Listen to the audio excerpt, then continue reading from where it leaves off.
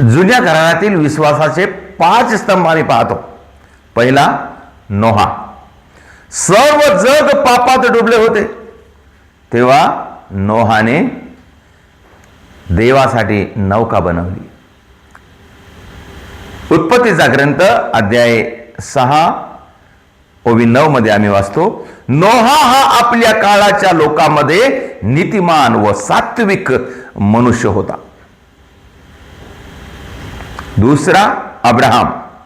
जेव्हा परमेश्वराने अब्राहमाला म्हटले आपला देश सोड, तेव्हा अब्राहम काही प्रश्न न विचारता आपला देश सोडून परमेश्वराने सांगितल्याप्रमाणे तो पुढे गेला. तिसरा, जोसेफ. जोसेफाची फसवणूक झाली, त्याला जेलमध्ये टाकण्यात आलं, तरी त्याने विश्वास कधी सोडला नाही.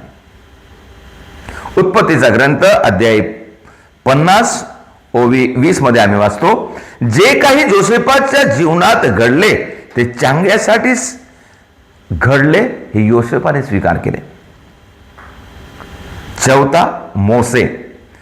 मोसेनी परमेश्वराची इच्छा पूर्ण करण्यासाठीच मिस्र देशाचे सुख सोडले.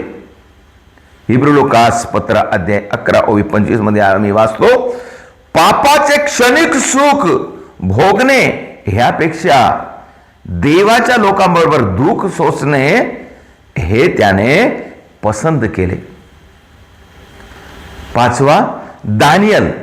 सिंहाच्या समोर सुद्धा तो पडला नाही, तो घाबरला नाही.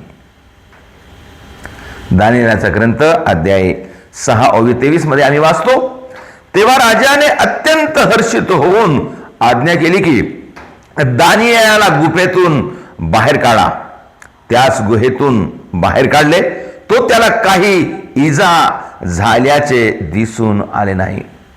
प्रियजनो, हे 5 स्तंभ आमच्यासाठी एक मोठा विश्वासाचा आधार देतात. त्यांच्यानुसार आम्ही सुद्धा आमचा विश्वास जेव्हा आम्ही मजबूत करतो, तेव्हा आम्हाला अनुभव येतो की देव आमच्या सोबत आहे.